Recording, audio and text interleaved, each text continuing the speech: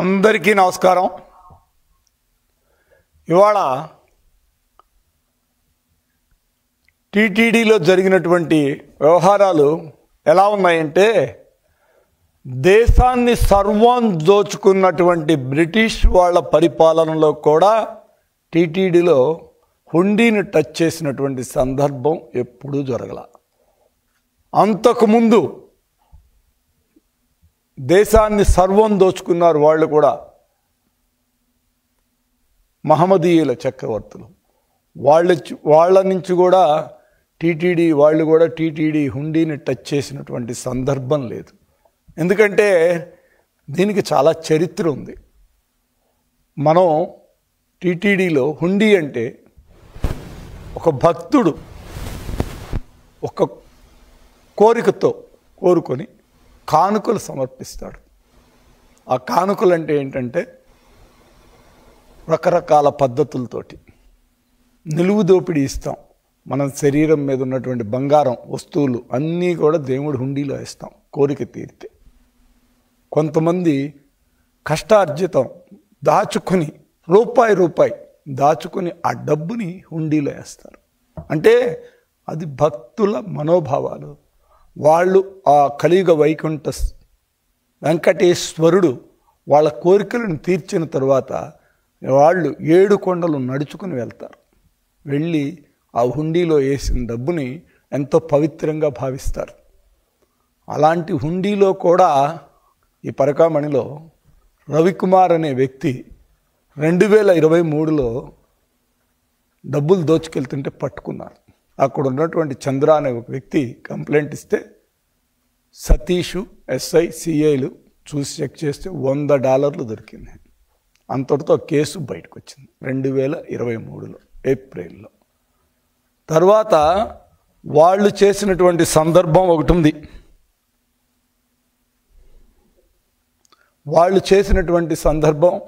ఉంది.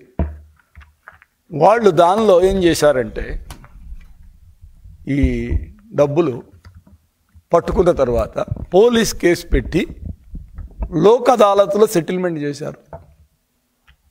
ఇద్దరి మధ్య సెటిల్మెంట్ చేయటమే తప్పు. ఎవడన్నా దేవుడి డబ్బుని భక్తుల మనోభావాలని వాళ్ళ యొక్క ఆస్తిని దాతృత్వంతో ఇచ్చే భక్తుల మనోభావాలు, వాళ్ళ ఆస్తులు కూడా మొత్తం ఇచ్చేస్తారు టీటీడీకి. ఎందుకంటే మనం చూస్తుంటాం, మొన్న మా ప్రభుత్వం ఉన్నప్పుడే మా ప్రభుత్వం గతంలో ఉన్నప్పుడే అప్పుడున్నటువంటి ఈవో గారు ఇలాంటి గజ దొంగలు వస్తారని ఆలోచించేయేమో, అప్పుడు ఆస్తులు మొత్తాన్ని కంప్యూటరైజ్ చేసేసాడు. టీటీడీకి ఒక్కొక్కడు నెల్లూరులోనో లేకపోతే కోయంబత్తూరులోనో ఎక్కడో ఒక చాలా ఉండే ఇంటిని ఇచ్చేస్తాడు. ఆ ఇంటిని ఏం చేయాలనేది కూడా తెలియదు. కానీ వాడికి ఆ భక్తుడు మనోభావం, ఎవరు లేరు, ఇల్లు నేను దేవుడికి ఇచ్చేసుకుంటున్నాను అనుకుంటాడు. దేవుడే సర్వస్వం అనుకుంటా, ఆ తర్వాత అది దేవుడికి ఇచ్చే పద్ధతి అనుకుంటాడు. అదేవిధంగా మనం అత్తింటి వాళ్ళు అల్లుడు ఇంటికి వచ్చినప్పుడు కొన్ని కానుకలు ఇస్తారు ఆనందంతో. అట్లాగే ఈ కలియుగ వైకుంఠ వెంకటేశ్వర స్వామిని మనం ఇంటి అల్లుడిగా కూడా కొంతమంది భావిస్తారు. వాళ్ళు కూడా కొన్ని కానుకలు ఇచ్చిపోతుంటారు. ఇట్లా వ్యవస్థలో రకరకాల పద్ధతులతో దేవుడికి కానుకలు. ఆ కానుకలలో వీళ్ళు దగ్గర వీళ్ళు కొట్టేసింది, అబ్బాయి కొట్టేసిన డబ్బు మొత్తం 113 కోట్ల రూపాయలుగా లెక్క తేల్చారు. ఎంత? 113 కోట్ల రూపాయల లెక్కలు తేల్చారు. ఎవరయ్యా ఆ రోజునున్నటువంటి టీటీడీ బోర్డు చైర్మన్ ఎవరయ్యా అంటే, ఇవాళ అభినవ అన్నమయ్యగా చెప్పుకుంటున్నటువంటి వ్యక్తి. ఒకప్పుడు వెంకటేశ్వర స్వామి దేవుంది అదొక నల్లరాయే కదా, ఏముంది దీనికి వాల్యూ అన్నటువంటి వ్యక్తి ఇవాళ రాజకీయాల కోసం అభినవ అన్నమయ్య. మొన్న మనం చూసాం వీళ్ళ భక్తి ఎలాంటిదంటే, 22 ఏళ్ల క్రితం ఒక శనీశ్వరుడి విగ్రహాన్ని చెక్కమని ఎవరు ఆర్డర్ ఇస్తే వాళ్ళు తీసుకెళ్ళకపోతే 22 ఏళ్ల బట్టి ఆ విగ్రహం అక్కడే ఉంటే, మొన్న 4 రోజుల క్రితం పోయి ఈ అభినవ అన్నమయ్య గారు ఆ విగ్రహం దగ్గర కూర్చుని రకరకాల కార్యక్రమాలు చేశారు, ప్రజలందరూ చూశారు. అయ్యా అభినవ అన్నమయ్య గారు ఎక్కడున్నారు మీరు? గత మీ ప్రభుత్వంలో జరిగినటువంటి అత్యాచారాలు, జరిగినటువంటి అపచారాలు ఎప్పుడన్నా జరిగినాయా? ఒక ముస్లిం పరిపాలనలో జరిగిందా? జరగలా. బ్రిటిష్ పరిపాలనలో జరిగిందా? జరగలా. ఆ రోజున ఎక్కడ మీ కళ్ళకేం కనపడలేదా? మీ కళ్ళకేమైనా గంతలు కట్టుకున్నారా? అన్నమయ్య గారు ఇప్పుడు వచ్చారా అంటే సక్రమంగా జరిగే రోజు వస్తారా? అంటే ఏంటంటే టీటీడీని అడ్డం పెట్టుకుని, వ్యవస్థలను అడ్డం పెట్టుకుని, హిందూ తత్వం మీద బురద చల్లి మీరు మీ పబ్బం గడుపుకోవాలన్న ఆలోచనతో మీరు చేసే ప్రయత్నాలు తప్పితే దీంట్లో ఏమున్నాయి? ఒక్కసారి మీ గత చరిత్ర చదువుతా వినండి. మీరు చేసిన తప్పులు ఒకటా రెండా? ఇవాళ పరకామణిలో దొరికినది చాలా చిన్నది, ఈ 100 కోట్ల రూపాయలు. ఇలాంటి స్కాములు మీరు 100 చేశారు. నెయ్యి అంటే ఏంటండి? దేవుడికి పవిత్రంగా తయారు చేసే లడ్డూలో వాడే నెయ్యిని మీరు అపవిత్రం చేశారు. దానిలో ఏం కలిపారో తెలియని పరిస్థితి. సిట్టు వాళ్ళు ఎంక్వైరీ చేసిన సిబిఐ రిపోర్ట్ ఇచ్చింది. సుప్రీంకోర్టు రిపోర్ట్ వచ్చిన తర్వాత మీ బండారం బయటకు వస్తుంది. ఇప్పటికే కొన్ని కంపెనీలని మనం బ్లాక్ లిస్ట్లో పెట్టాం. మీరు పెట్టిన కంపెనీలన్నీ బ్లాక్ లిస్ట్లో పోయినాయి. ఇదివరకు టీటీడీ వాళ్ళు ఎవరికి ఇచ్చేవాళ్ళు? నందిని వాళ్ళకి ఇచ్చింది. కొన్ని సంవత్సరాలు బట్టి నందిని అంటే కర్ణాటక గవర్నమెంట్ ఆర్గనైజేషన్, అది వాళ్ళు పవిత్రతో పంపిస్తారు. అసలు టీటీడీతో డబ్బులు కొట్టే కార్యక్రమం ఏంటండి? మీ కొల్లగొట్టడానికి మైనింగ్లో కొల్లగొట్టిన డబ్బులు చాలలేదా? లేకపోతే లిక్కర్లో కొట్టిన డబ్బులు చాలలేదా? ఏమిటండి 1000 కోట్ల రూపాయలు దోచుకున్నారే గజదొంగల లెక్క. మీరు మళ్ళా టీటీడీలో డబ్బులను కూడా దోచుకునే కార్యక్రమం. లడ్డూలో దోచారు, అపవిత్రం చేశారు. అదేవిధంగా హుండీ కానుకలను, ఇప్పుడు పరకామణిలో దొరికిన వ్యవహారంలో హుండీ కానుకలను కొట్టేశారు, దేవుడు ఆస్తులను కొట్టేశారు మీరు. అదేవిధంగా మీరు చేసినటువంటి తలనీలాలు అంటే ఈ జుట్టు, మనం ఎంతో భక్తితో పోయి దేవుడికి తలనీలాలు ఇస్తాం మన కోరికలు తీరిన తర్వాత. ఆ తలనీలాలను మీరు దొంగతనంగా అమ్ముకుంటుంటే మన్మార్లో పట్టుకున్నటువంటి సందర్భం మేమే ఇక్కడ ఈ వేదిక మీద నుంచే బయట పెట్టిన సందర్భాలు ఉన్నాయి. చివరికి తలనీలాలు కూడా అమ్ముకుని దొంగతనంగా స్మగ్లింగ్ చేసి పంపించినటువంటి ఘనత ఈ దేశ చరిత్రలో ఎవరికన్నా ఉందంటే అది ఆ రోజున ఉన్నటువంటి వైసీపీ ప్రభుత్వ పెద్దలకి. దొంగలు దోచుకునే దొంగలు. వీటన్నిటికంటే ఎక్కువ ఇంకోటి, ఒక బోగస్ కంపెనీకి 10 ఎకరాలు చిల్డ్రన్స్ హాస్పిటల్ ఇవ్వాలని చెప్పి ఆలోచన చేశారు. చిల్డ్రన్స్ హాస్పిటల్ ఇవ్వటానికి ప్లాన్ చేశారు. దాన్ని కూడా ఎట్లా అయ్యా మీరు హాస్పిటల్ ఎట్లా కడతాడో, వాడు నిజంగానే పాపం డబ్బులున్నాడేమో వచ్చాడేమో అని అనుకున్నాం. మేము ఇదే వేదిక మీద మేము చెప్పాం. వాడెవడే అంటే ఒక బోగస్ కంపెనీ ఒక చిన్న రూమ్లో బాంబేలో ఉంది. వాడుట ఎక్కువ మొత్తాలు కాకుండా తక్కువ మొత్తాలు ఎక్కువ మంది నుంచి ఆన్లైన్లో కలెక్ట్ చేసి ఆ డబ్బుతో చిల్డ్రన్స్ హాస్పిటల్ కడతానున్నాడు. మరి కరుణాకర్ రెడ్డి గారు కళ్ళే ఉన్న దొబ్బినయో నాకు తెలియదు. ఈయన ఎక్కడికి పోయినా కళ్ళు చదవలేడా? ఇది జరిగే పనే కాదా అని చూసుకోకుండా కూడా నీకు ఇచ్చేసిన పరిస్థితి. మీకు మొన్నటికి మొన్న ముంతాజ్ హోటల్కి ఇచ్చింది ఏంటి? ఎక్కడ స్థలం? దాన్ని మారుస్తుంటే గొడవ.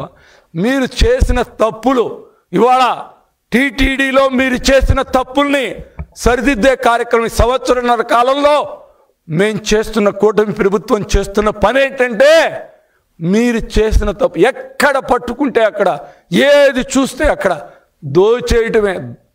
బందిపోటు దొంగల కంటే కూడా ఎక్కువ తయారయ్యారు మీరు. బందిపోటు దొంగలు నయమనిపిస్తుంది మిమ్మల్ని చూస్తుంటే. అన్నీ దోచేయటమే. ఒక పరకామణిని చూస్తే ఈ విధంగా ఉంటుంది, లడ్డు చూస్తే ఆ విధంగా ఉంటుంది. నీకు ముంతాజ్ హోటల్ సందర్భం చూస్తే అదొక తప్పు. ఇటు పక్కకు పోయి తలనీలాలు అమ్ముకున్న స్మగ్లింగ్ చేసిన పరిస్థితి. ఒక పక్క పోతే హిందూ మతం మీద దాడి. వీటన్నిటినీ పక్కన పెట్టి కింద ఉన్నటువంటి మొన్న గోవుల్లో ఏదో జరిగిపోయిందని గందరగోళం చేశారు. చివరికి ఎంక్వైరీ చేస్తే ఏమీ లేదని తేలింది. ప్రతి చిన్నదాన్ని, ప్రతి ఒక్క విషయాన్ని రాజకీయాలకు వాడుకుంటారు. టీటీడీని రాజకీయాలకు వాడుకోవడం, డబ్బులు దోచుకునే కార్యక్రమం ఏంటండి? అసలు ఎటుపోతున్నారు మీరు? ఏం చేయాలనుకుంటున్నారు? ఒక్కసారి మీరే ఆలోచించండి. ఇది మంచి పద్ధతి కాదు. కరుణాకర్ రెడ్డి గారు, మీరు దొంగల ముఠాకి నాయకుడు జగన్మోహన్ రెడ్డి అయితే ఈ వైసీపీ దొంగల ముఠాకి నాయకుడు జగన్మోహన్ రెడ్డి అయితే మీరు అక్కడ ఉండి మీరు చేసే నాటకాలు 1 కాదు 2 కాదు, చెప్పుకుంటూ పోతే ఇంకొక 2 గంటలు కూడా మీ గురించి చెప్పే అవకాశం ఉంటుంది. కానీ నేను ఒకటి మీ ద్వారా తెలియజేసుకుంటున్నా, హిందూ సాంప్రదాయాలు పరిరక్షణ కోసం టీటీడీని పవిత్రతను నిలబెట్టేది టీడీపీ పార్టీ ఒక్కటే. టీడీపీ పార్టీ ఉన్నప్పుడే, తెలుగుదేశం పార్టీ అధికారంలో ఉన్నప్పుడే టీటీడీని కాపాడుతున్నాం, టీటీడీ పవిత్రతను కాపాడుతున్నాం, టీటీడీ గొప్పతనాన్ని మేము కాపాడుతాం. ఎందుకంటే మా నాయకుడు నారా చంద్రబాబు నాయుడు గారు ఒక మాట చెప్పారు. తనకి అలిపిరిలో యాక్సిడెంట్ అయిన తర్వాత నేను చివరి దాకా చూసా, నాకు ఈ కలిగ వైకుంఠుడు 2వ జన్మ ఇచ్చాడు, ఈ జన్మ ప్రజలకే అంకితం, దేవుని సేవకే నేను అంకితం అని చెప్పినటువంటి సందర్భం. అందుకనే ఎప్పుడు ఆయన ముఖ్యమంత్రిగా ఉన్నా నీకు పట్టు వస్త్రాలు ఇవ్వడానికి సతీ సమేతంగా వెళ్తారు. ఎందుకంటే ఆయనకి గౌరవం, భక్తి ఉంది. హిందూ ధర్మం అంటే ఓ గౌరవం ఉంది, దేవుడు అంటే ఓ భక్తి ఉంది. ఇవన్నీ ఉన్నటువంటి వ్యక్తి నారా చంద్రబాబు నాయుడు గారు. అదేవిధంగా మీరండి, ఒకసారి మీ చరిత్ర, చెప్పులు వేసుకుని హోమశాలకు వెళ్తారు, తీర్థం ఇస్తే కింద పోస్తారు. ఎప్పుడైనా మీ భార్యను తీసుకుని వెళ్ళి మీరు పట్టు వస్త్రాలు పెట్టారా దేవుడికి? ఒక్కసారైనా మీ 5 ఏళ్లలో ఒక్కసారి, నేను మీ ద్వారా మిమ్మల్ని అడుగుతున్నా, ఒక్కసారైనా మీరు పెట్టారా? పట్టు వస్త్రాలు స్వామికి ఇచ్చారా? అసలు భక్తి ఉందా? దేవుడు అంటే గౌరవం ఉందా? ఏ మతాన్నైనా మీరు నిజంగానే గౌరవిస్తారా? మీరు నమ్మే మతాన్నైనా మీరు గౌరవిస్తారా లేదా అనేది నాకు డౌట్ ఉంది.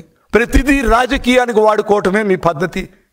మీతో ఉన్నటువంటి బృందం అలాగే తయారైంది. మిమ్మల్ని చూసి సర్వనాశనం చేస్తున్నారు, ఈ రాష్ట్రాన్ని చేశారు. వాటినన్నింటినీ సరిదిద్దే కార్యక్రమంలో మా ప్రభుత్వం ఉంటే వాళ్ళ మీద కూడా బురద జల్లుతున్నారు. బిఆర్ నాయుడు గారు, ఆయన పెద్ద మనిషి, ఏ మాత్రం ఎక్కడ ఇది లేకుండా నీట్గా చేసుకుంటూ వస్తున్నాడు. ఆయన మీద కూడా మీరు బురద జల్లే కార్యక్రమం చేశారు. 1 కాదు 2 కాదు, 5 ఏళ్లలో సర్వనాశనం చేశారు, వ్యవస్థలను నాశనం చేశారు, సర్వం దోచుకున్నారు. చివరికి టీటీడీని కూడా వదిలిపెట్టకుండా దోచుకునే మిమ్మల్ని ఏమనాలి అని మరొకసారి మీ ద్వారా నేను అడుగుతున్నా. అయ్యా, మీరు చేసిన కార్యక్రమాన్ని ఏది కూడా వదిలిపెట్టే ప్రశ్నే లేదు. మేము దీన్ని వదిలిపెట్టాం. 100% దీని మీద ఎంక్వైరీ జరుగుతుంది. ఎంక్వైరీ జరిగి దోషుల్ని శిక్షిస్తారు. అదేవిధంగా మీరు దోచుకున్న ప్రతి రూపాయిని కూడా టీటీడీకి అప్పచెప్పేదాకా కూటమి ప్రభుత్వం ఊరుకోదని నారా చంద్రబాబు నాయుడు గారు ఊరుకోరని మరొకసారి మీకు తెలియజేస్తూ సెలవు తీసుకుంటున్నాం. 100% ఉన్నారా ఏంటి సార్? వాడు దోచుకున్నది ఇప్పుడు 112 కోట్ల రూపాయలు అక్కడ దోచుకున్నదని ఒక లెక్క వచ్చింది. 112 కోట్ల రూపాయల్లో వాళ్ళు దేవుడి ఖజానాకి రాయిచ్చింది 9 కోట్లు. దగ్గర 103 కోట్ల రూపాయలు ఎక్కడికి వెళ్ళింది? దీని మీద ఎంక్వైరీ జరగాలి. సిఐడి ఎంక్వైరీనో ఏదో ఒకటి చేసి వీళ్ళ మీద దోషుల్ని శిక్షిస్తాం. 100% కరుణాకర్ రెడ్డి, ఆ రోజున ఉన్నటువంటి కరుణాకర్ రెడ్డి గారు దోచుకున్నాడా, లేకపోతే ఈవో ధర్మారెడ్డి గారు దోచుకున్నారా? ఎవరు దోచుకున్న డబ్బు అయితే బయటకు తీసుకుని టీటీడీకి అప్పచెప్పే బాధ్యత కూటమి ప్రభుత్వం తీసుకుంటుంది.